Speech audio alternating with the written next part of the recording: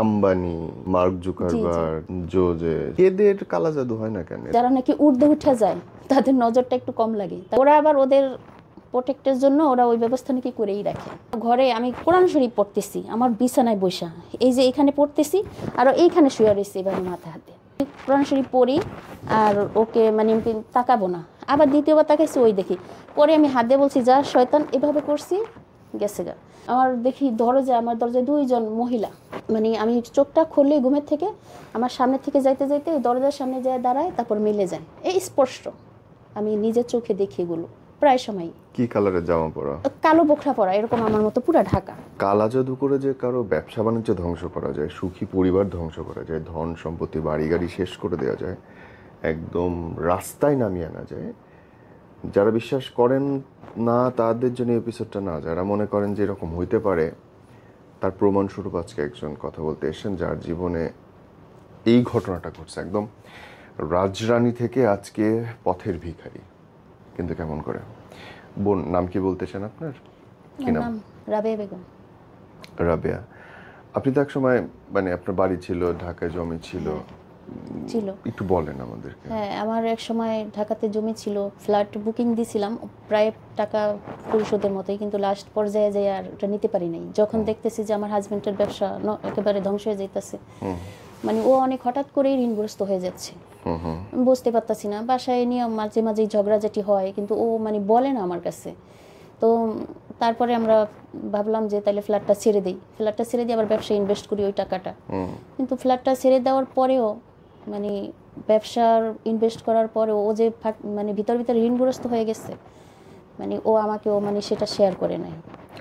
হ্যাঁ, তো ওই ফ্ল্যাট বিক্রির টাকা দেখা যায় যে, আর ঋণগ্রস্তটা কিভাবে হয়েছে, মানে মানুষের কাছ থেকে যে টাকা নিছে ওটার যে ইন্টারেস্ট দেওয়া লাগে, যেটাকে বলে এখন বর্তমানে তো সুদ বলে না, সবাই বলে ইন্টারেস্ট, তো সেটা দিতে যায় আরও মানে ইয়ে হয়ে গেছে। তো একে একে এইভাবে দেখা যাচ্ছে যে ফ্ল্যাট ছাড়লাম, তারপরে মানে আমাদের বড় যেই একটা মানে ডিপার্টমেন্টাল স্টোর করছিল সেটাও ছেড়ে দিলাম।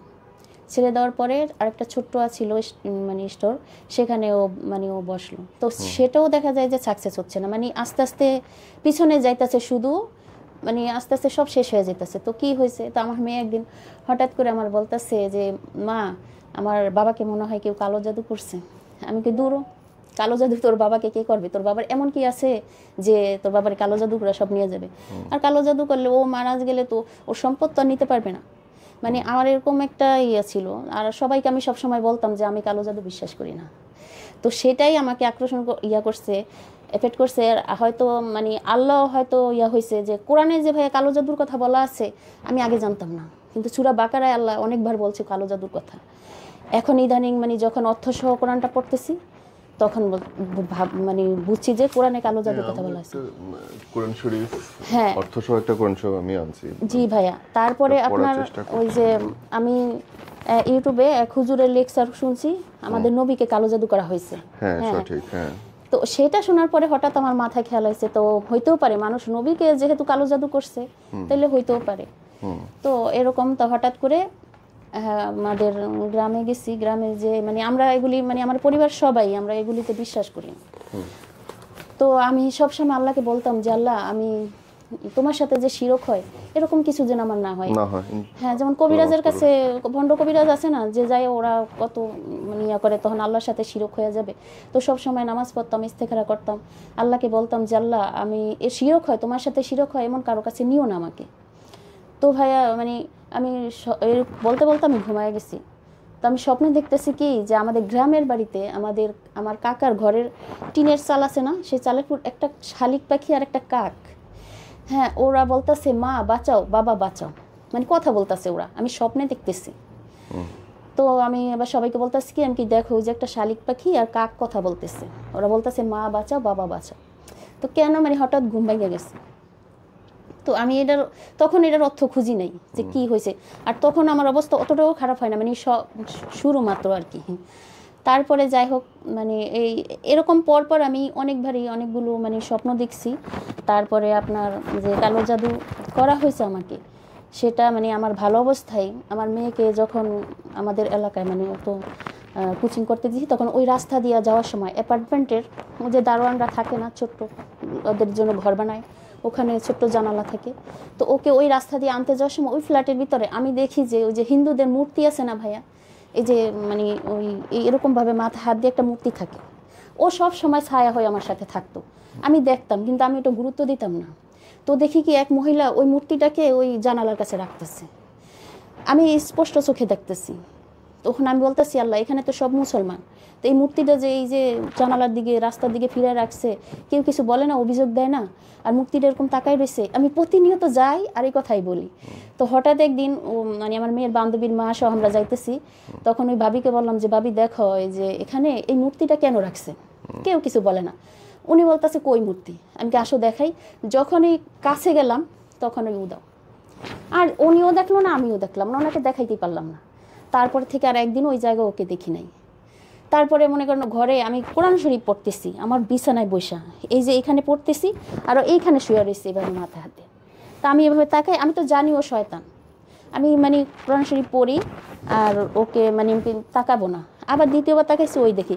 পরে আমি হাত দিয়ে বলছি যা শয়তান, এভাবে করছি, গেছে গা। এরকম সবসময় দেখতাম আমার ওই দরজার কাছে, জানালার কাছে। তো এরকম তারপরে দেখতাম আমার দরজার মানে আমি শুয়ে থাকতাম না, আমার দরজার এখানে লম্বা একজন মানুষ এরকম মানে বোখরা পরে এরকম করে দাঁড়ায় থাকতো। আমি যখন রাতে তাহাজ্জুদ পড়তাম তখন ও আর বেশি করে মানে এরকম তাকায় থাকতো, আমি দেখতাম। তারপরে গ্রামে যে আমার খালাতো ভাই আছে, মানে আমার মার সাথে আমার বাবাদের সাথে মানে এরাই কথা উঠছে। পরে আমার সেজে ভাই একটু মানে ও আবার একটু বিশ্বাস করে এগুলো, বলতাছে এগুলি আছে, না থাকলে তো আর তো হয় না। পরে বললাম যে তাইলে ওর একটু খবর দিয়ে জিজ্ঞেস করবেন যে ওর কী হয়েছে, এরকম হঠাৎ করে কেন হইতাছে, হঠাৎ করে ঋণগ্রস্ত হয়ে গেলাম, এত খারাপ অবস্থা হয়ে গেল। তো আমরা যেদিন ঢাকায় এসে পড়বো তার আগের দিন মানে আমরা এদিকে যাইতে চাচ্ছি আবার চাচ্ছি না। আমার মা বলতেছে ওরে কি ফোন দিব, আমি বলতেছি দাও, আর ওতে থাক না। পরে করতে করতে রাত্র 12টা বাজে ও আসছে আমাদের বাসায়। আসার পরে মানে ওই যে ওরা জিনটি কি করে মানে ভারে বসে যে ওটা করলো, পরে বললো, ইঙ্গিত দিল যে হ্যাঁ তোমাদের পুরো এরকম খারাপ কিছু করে রাখা হয়েছে যে তোমাদেরকে হাতে মারবে না, তারা ভাতে মারবে, সমাজে এত নিচে নামায় আনবে তোমাদেরকে। তো ওর থেকে সামান্যই তথ্য পাইছি, ও কিন্তু আবার অত চিকিৎসা দেয় না। তারপরে ও বলছে যে এগুলি কাটাইতে হবে, এই করতে হবে, মানে এরকম বলছে। তারপর ও একটা হুজুর আনলো, উনি অনেক কাটায় টাটায় দিল, মানে তারপরও কোনো পরিবর্তন নাই। মানে এরকম করে যার কাছে গেছি সবাই একই কথা বলছে, একটা মানে মানুষের নামই বলছে। আর মনে করেন আমি যতবার আল্লাহর কাছে ইস্তেখারা করছি, নামাজ পড়ি, নামাজ মানে আপনি যখন মনে করেন কিছু জানতে চাইবেন আল্লাহর কাছে তখন নামাজ পড়িয়া মানে সহি শুদ্ধভাবে তারপরে যদি শুয়ে পড়েন, আল্লাহর যদি হুকুম হয়, আপনার যদি হয়ে থাকে তাহলে আপনি স্বপ্ন দেখবেন। কিন্তু ভাই এই পর্যন্ত মনে হয় 40,000 বার ইস্তেখারা করছি, আমি ওই একটা পরিবারেই শুধু স্বপ্ন দেখি, ওই একটা পরিবারেই স্বপ্ন দেখি। তখন ওই এক হুজুরে বললাম, উনি বলতেছে যে তাইলে তুমি কেন বিশ্বাস করো না যে ওই একটা পরিবারেই তুমি দেখতেছো, তাইলে এরাই তোমার ক্ষতি করতেছে। আর পরিবারটা কি আপনার আত্মীয়স্বজন? হ্যাঁ আপনজনই, আমার আপনজনই, আপনজন ছাড়া তো কেউ করবে না ভাই। মানে আপনার শ্বশুরবাড়ি? হ্যাঁ শ্বশুরবাড়ি পক্ষের। এবং আর ওনার যত ভাই সম্পর্কিত? হ্যাঁ কবিরাজ আছে মনে করেন সবাই ওদের নামই বলছে, আর একটা মহিলার নাম বলছে, কিন্তু ওই মহিলাকে আমি স্বপ্ন দেখি না, কিন্তু দেখি ওই পরিবারটাকে স্বপ্ন। তখন ওই হুজুর বলছে যে এই পরিবারটা ওই মহিলাকে দিয়ে এগুলো করায়, এই জন্য কবিরাজদের কাছে ওই মহিলার নাম আসে, কিন্তু স্বপ্নে তোমারে ওই পরিবারটা দেখায়। আর ওই মহিলার একা সাহস নাই করতে, আর কালো জাদু করা একটা পরিবারের নিঃস্ব করিয়া দেওয়া এটা চারটিখানি ব্যাপার না, ঠিক আছে? এটা অনেক টাকাও খরচ করতে হয়, আবার অনেক ইয়ে করতে হয়। তো সেই জন্য এই পরিবারটা ওনাকে হেল্প করতেছে, এই জন্য তুমি বারবার এই পরিবারটাকে স্বপ্ন দেখতেছো। আর শুধু আমি না, আমার ছেলে মেয়ে সবাই একই পরিবার, শুধু এই পরিবারটাই আমরা স্বপ্ন দেখি, ঠিক আছে? তো এইভাবে মনে করেন সেই শেষ পর্যন্ত একটা একটা করে আমার মানে ব্যবসা একটা একটা করে সব শেষ। তো শেষ পর্যন্ত ব্যবসা করতেন উনি? ওই যে বললাম ডিপার্টমেন্টাল স্টোর ছিল, বিশাল বড় ডিপার্টমেন্ট। হ্যাঁ দুইটা ছিল। হ্যাঁ প্রথম একটা ছিল, কত স্কয়ার ফিট? পরে আপনার আরেকটা করছে, ওটা অনেক বড়ই ছিল, আমার মানে অতটা আমি আবার ইয়া করি নাই। 3 রুমের বিল্ডিং, হ্যাঁ হ্যাঁ এরকম 3 রুমের ফ্ল্যাট নিয়ে এরকম একটা। তো ওইখানে মনে করেন ছোটখাটো মিনা বাজারের মতো যা ছিল সবই পাওয়া যেত আমার ওখানে, মানে কেউ ওখান থেকে ফেরত আসতো না, এরকম সব ধরনের হাই কোয়ালিটি থেকে নিচু কোয়ালিটি সব ছিল। আর মোটামুটি আমাদের ভাইয়া সেল অনেক ভালো ছিল, কিন্তু এত সেল হওয়ার পরেও মানে ধরে রাখতে পারি নাই আমরা। তারপরে এই যে মনে করেন এই কালো জাদু ব্যাপারটা, তারপর এগুলি নিয়ে তো অনেক জায়গায় দৌড়াদৌড়ি করছি, করার পরে এখন মনে করেন ওগুলি উদ্ধার করতে পারলে, একজনে বলছে যে উদ্ধার করতে পারলে তোমরা কিছুটা মানে এই আস্তে আস্তে পরিবর্তন হবে তোমাদের। উদ্ধার মানে যে জিনিসগুলো হ্যাঁ, দিয়ে যে করছে। জিনিসগুলি ওরা করছে, উনি যে ভয়ঙ্কর তথ্য দিল, মানে আমাদের 4 জনের নামেই করছে, এবং মানে ওরা খুব ভয়ঙ্কর জায়গায় সেগুলো মানে পুঁতে রাখছে। ওখান থেকে উদ্ধার করাটা খুব কষ্ট। এটা মানে সে একজনে বললো যে ওগুলি উদ্ধার করাও অনেক কষ্ট। তো এইভাবে আর কি এখন এমন একটা পর্যায়ে আছি ভাইয়া, এখন আমি মনে করেন একটা রুমের ভিতরে এখন আমি বসবাস করতেছি, যেখানে আমি 25,000 টাকা ফ্ল্যাট ভাড়া দিতাম, সেখানে এখন আমি একটা রুমের ভিতরে থাকতেছি। এখন মানে সব কিছু শেষ হয়ে যাওয়ার পরে মানুষ চারদিক থেকে পাওনা দ্বারা চাপ দেওয়া শুরু করলো। তখন আমার হাজব্যান্ড বললো যে তাইলে মানে একটু বাইরে গেলে কিছুটা হইলেও স্বস্তি পাবো। কিন্তু ওর একটা পর্যায়ে একটু বয়স হয়ে গেছে, হ্যাঁ, কিন্তু ওখানে যায়ও মানে ও তো কোনো সময় কষ্টের কাজ করে নাই। এখন ওখানে যায়ও 3 মাস বেকার ছিল, আর ওখানে তো ক্যাশ ক্যাপিটালও নেওয়া যায় না। ও যে গেছে মানে উনি নিজে মালিক, নিজে ব্যবসায়ী, সেই লোক চলে গেছে বিদেশে লেবার দিতে। হ্যাঁ, ও মাই গড। এখন মনে করেন সেখানে সে যায়া তেমন কোনো চাকরিও পাচ্ছে না, আর ব্যবসা যে করবো ব্যবসার জন্য তার টাকাও নাই। কোন দেশে? দুবাই আছে বর্তমানে। হ্যাঁ হ্যাঁ, তো ব্যবসার জন্য কোনো টাকাও নাই। তো ওখানেই মানে একজন পরিচিত ছিল, ওনার থেকে নাকি কিছু টাকা নিয়ে উনি ব্যবসা শুরু করছে। আর এখন তো বর্তমানে ভাইয়া কেউ আপনার সুদ ছাড়া টাকা দেয় না, মানে এরকম একটা অবস্থা যে আপনাকে দিলাম 50,000 টাকা, এটা দিয়ে আপনি 6 মাস ব্যবসা করেন, আমাকে দিন না। তারা ওখানে ডবল মানে ওই ইন্টারেস্ট দিয়া তার ব্যবসা টিকায় রাখা, আমাদের খরচ, মানে এখন আমরা এমন একটা পর্যায়ে আছি, ছেলে মেয়ের পড়ালেখা, আমাদের বাসা ভাড়া, মানে সব মিলে ওর ওখানে যে ইনকাম, সেই ইনকাম মানে আমাদের হয় না, আমাদেরকে মানে দিতে পারে না। আর ও আপনারা এখানে কিছু করেন না কেউ? আমি অনেক চেষ্টা করতেছি ভাইয়া, আমি কিন্তু অনেক কাজ জানি। আমি যেমন আমার ব্লগ বলেন, বাটিক বলেন, আমার একটা বুটিক হাউসও ছিল, বুটিক হাউস ছিল, আমি সেটাও চালাইছি। কিন্তু হ্যাঁ, আমার কর্মচারী ছিল, সেলাই মেশিন ছিল 4টা, এমব্রয়ডারি মেশিন ছিল 4টা, স্কিন মেশিন ছিল, ব্লক টেবিল ছিল। কিন্তু সেখান থেকেই কিন্তু এই জাদুর সূত্রপাত শুরু, মানে আমাকে হিংসার বশীভূত হয়ে। তারপরে আমার মানে এই যে আজকে আপনার শোতে আসছি না, এরকম আমার বিভিন্ন শোতে যাওয়ার মানে একটু ইন্টারেস্ট ছিল। আমি একটা প্রাণ প্রতিযোগিতার আচার প্রতিযোগিতায় গিয়েছিলাম, ওখানেও কিন্তু আমি পুরস্কার পেয়েছি। মানে এই হিংসার বশীভূত, মানে আমি যাতে উঠতে না পারি, আমি যাতে সাকসেস না হতে পারি, সেই হিংসার ফলেই আজকে আমার এই করুণ অবস্থা। সবাই বলছে যে বেশিরভাগ হিংসাটা তোমার জন্যই হয়েছে, তুমি এত কেন করো, তোমার এত দরকার কি ছিল, মানে এটা ওই ফ্যামিলিটার ভালো লাগে না, মানে আমি এত নাম যশ করে ফেলামো। মানে আমার আচার প্রতিযোগিতায় যখন গেছি প্রাণে, তখন অনেক নায়ক নায়িকাদের সাথে আমার ছবি হয়েছে, ছবি তুলছি, এগুলি সবাই দেখাইছি, পত্রিকায় আমার ছবি আসছিল, অনেক আগের কথা, আমার মেয়ে তখন ছোট, মানে আমার খুব উদ্যোগ ছিল। আমার একটা কথা বলেন তো বোন, আম্বানি, মার্ক জুকারবার্গ, জোজেস, এদের কালা জাদু হয় না কেন এদের প্রতি? সেটাই জানি না ভাই, সেটা জানি না এদের কালো জাদু হয় কি না, কিন্তু কালো জাদু হয়। এটা আপনার এখন মানে এই ইয়াতে যায় বিভিন্ন মানে ইউটিউবে সার্চ দিয়ে দেখি, বিভিন্ন যে তান্ত্রিক বা বিভিন্ন ইয়াদের কথা শুনি, হয় ওনাদের পুরো, কিন্তু মানে যারা নাকি ঊর্ধ্বে উঠে যায় তাদের নজরটা একটু কম লাগে, তাদের জাদুটা কম লাগে, এবং তারা নাকি আপনার কি জানি বলে, ওরা আবার ওদের প্রোটেক্টের জন্য ওরা ওই ব্যবস্থা নাকি করেই রাখে। এখন জানি না কতটুকু সত্যি, যেটা আমি বললাম যে আমিও বিশ্বাস এক সময় করতাম না, সব সময় আমি বলতাম যে জাদুতে কারোর ক্ষতি করতে পারে না, কিন্তু স্বয়ং আল্লাহ তো কোরআনে বলছে ভাইয়া, এটা তো আমি অস্বীকার করতে পারবো না। কোরআনে বলছে, এবং যেই আপনার কোরআনে আছে ওই যে ফেরেশতা, 2 ফেরেশতা যে পাঠাইছিল দুনিয়াতে আল্লাহ, ওনারা কি মানে আকাশে ওনারা সবচেয়ে বেশি ইবাদত করতো আল্লাহর, ওনার আমল সবচেয়ে ভালো ছিল। 2 ফেরেশতার নাম কি আমি ভুলে গেছি। তো আপনার গল্প আপনি বলেন। হ্যাঁ, তো আপনি এই যে জাদুটা এটা বুঝলেন হচ্ছে আপনার মনে হলো যে যখন আপনার হাজবেন্ডের সব চলে গেল, তারপরে গিয়ে মনে তখন হলো যায় আমি মানে আমার অনেকেই বলতাছে যে একটু দেখো এই সব ব্যাপারে ইয়া করে, তখন আমি এটা নিয়ে ঘাটাঘাটি শুরু করছি, এর আগে না।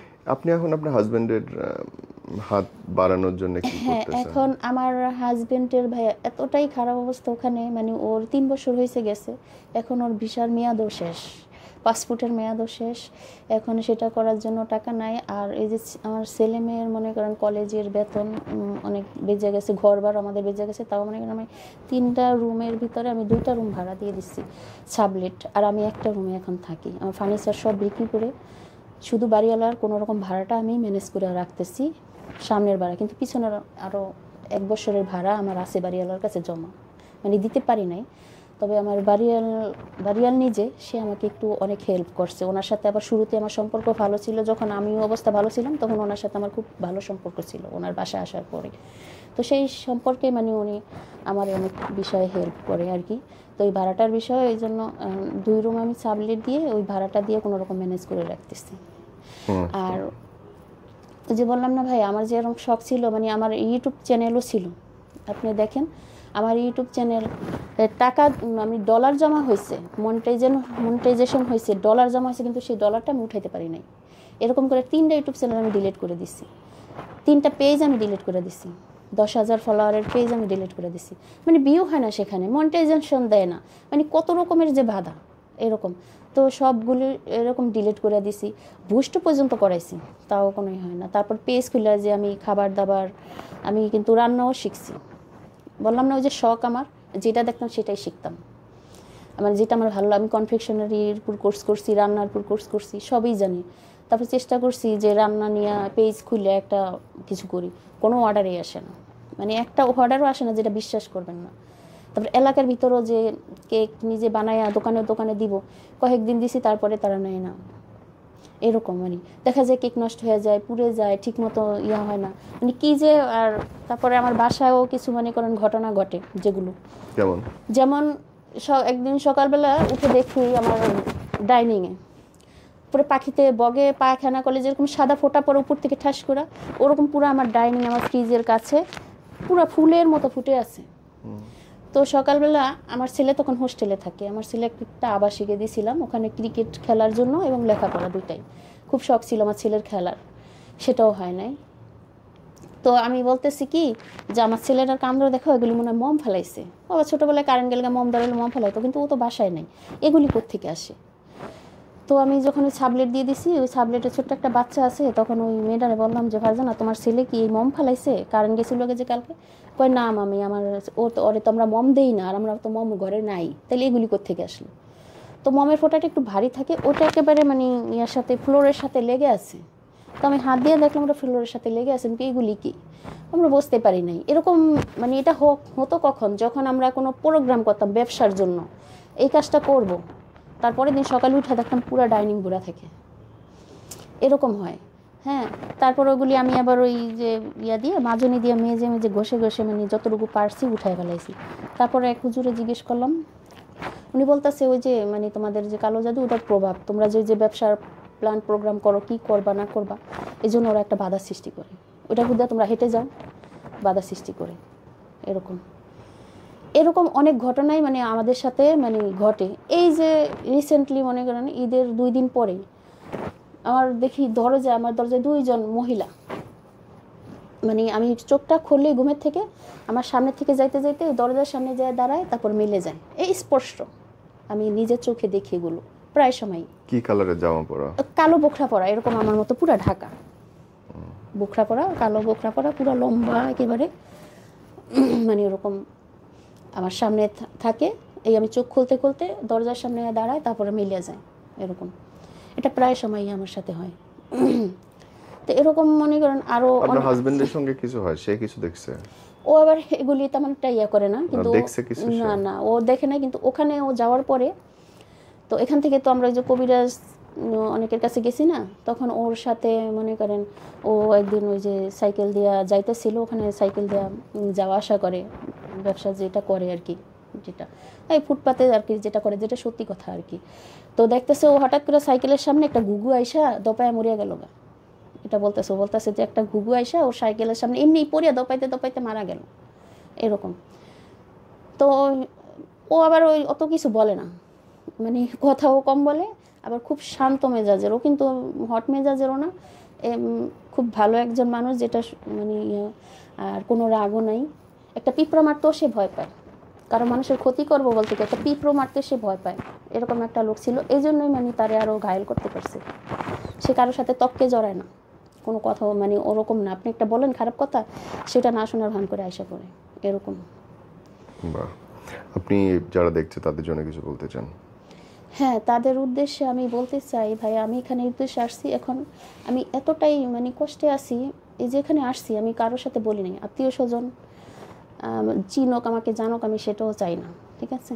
আমি মানে লুকাই এক হিসাবে আসছি, কেউ জানেও না। এখন আমি ওই যে বললাম আমি শখের বসে ইউটিউব চ্যানেল খুলছি, কিন্তু এখন আমার প্রয়োজন, আমি সব ডিলিট করে দিছি। আর প্রথম শুরু করছিলাম রান্নাবান্না দিয়ে, কিন্তু সবার রান্নাবান্নায় ভিউ হয় বা অনেকে টিপস অ্যান্ড ট্রিক্স শেয়ার করে, সেগুলিতে কিন্তু একই রেসিপি, একই জিনিস, আমিও সরি আমার সাথে কিন্তু একই পুরোনো জিনিস দিয়ে অনেকে ভাইরাল, কিন্তু আমারটা ভাইরাল হইতে যায় থামিয়ে যায়। দেখা যায় 4-5টা ভিডিও ভাইরাল হয়েছে, যাদের একটা ভাইরাল হয় দেখা যায় পরেরটা ভাইরাল হয়ে যায়, আমারটা থামিয়ে যায়। তো এখন আমি নতুন করে মানে সব ডিলিট করে দিয়ে নতুন করে একটা চ্যানেল খুলছি, পেজ, আর একটা পেজ খুলছি মানে আমার নিজের নামই। তো আমাকে যদি মানে এখন আমি একটু আর্থিক সাহায্যের জন্য আসছি, আমাকে হয়তো আমার ইউটিউব চ্যানেল দেখে আপনারা একটু আমাকে হেল্প করতে পারেন, বা এখন আমাকে যদি কেউ সরাসরি একটু সাহায্য করে সেটাও আমি এখন নিতে চাচ্ছি। মানে আমার দেয়ালে এরকম পিঠ ঠেকে গেছে, আমার মেয়ের কলেজের বেতন। আপনার চ্যানেলের নাম কি? আমার চ্যানেলের নাম হচ্ছে, এখন আমি মনে করেন ব্লগ আকারে ছাড়তেছি, কারণ রান্না আমার ভিউ হয় না। তো আমার ওই মেয়ে আবার শখ করে বিড়াল আনছে, ওদেরকে নিয়ে একটু ব্লগ টলগ করি, ওদেরকে নিয়ে মিঠু ফ্যামিলি আর কি নাম প্রথম দিয়েছিলাম। আপনার বিকাশ নম্বর বলেন যদি কেউ আপনার সঙ্গে যোগাযোগ করতে চায়। হ্যাঁ, আমাকে একটু হেল্প করলে ভালো হয়। আমার নগদ নাম্বার আছে, আমার নাম্বার হচ্ছে 01839950 276। আবার বলেন। 01839950 276, এটা হচ্ছে নগদ। বোন, আপনার এই পুরো স্টোরি নিয়ে যদি মানুষ শিক্ষণীয় কিছু থাকে কি সেটা বলেন তো। শিক্ষণীয় থাকে বলতে মানে আপনারা মানে যেটাই করেন কোনো কিছু তো অবহেলা করতে নেই, যেটা আমি অবহেলা করছি, যেমন আমি অবহেলা করছি আমার হাজবেন্ডের, শুধু আমি মানে ধমকাইতাম যে তুমি কি করতেছো, কি হইতাছে এরকম, কিন্তু মানে সব দিকে একটু চোখ কান খোলা রাখতে হবে। কালো জাদু কিন্তু সত্য, এটা কোরআনে আছে এবং আমাদের নবীজিকেও কালো জাদু করা হয়েছিল। তো আপনারা যারা এরকম আমার মতো মধ্যবিত্ত পরিবার আছেন, ব্যবসায়ী আছেন, একটু এখন ভালো পজিশনে আছেন, অনেকেই কিন্তু এরকম ঋণগ্রস্ত আছেন, তারা একটু সতর্ক হবেন, সতর্ক হবেন, একটু চারিদিকে চোখ কান খোলা রেখা চলবেন, হাজবেন্ডের পাশে থাকবেন, এটাই আমার কেউ অবহেলা করবেন না এই কালো জাদুরে।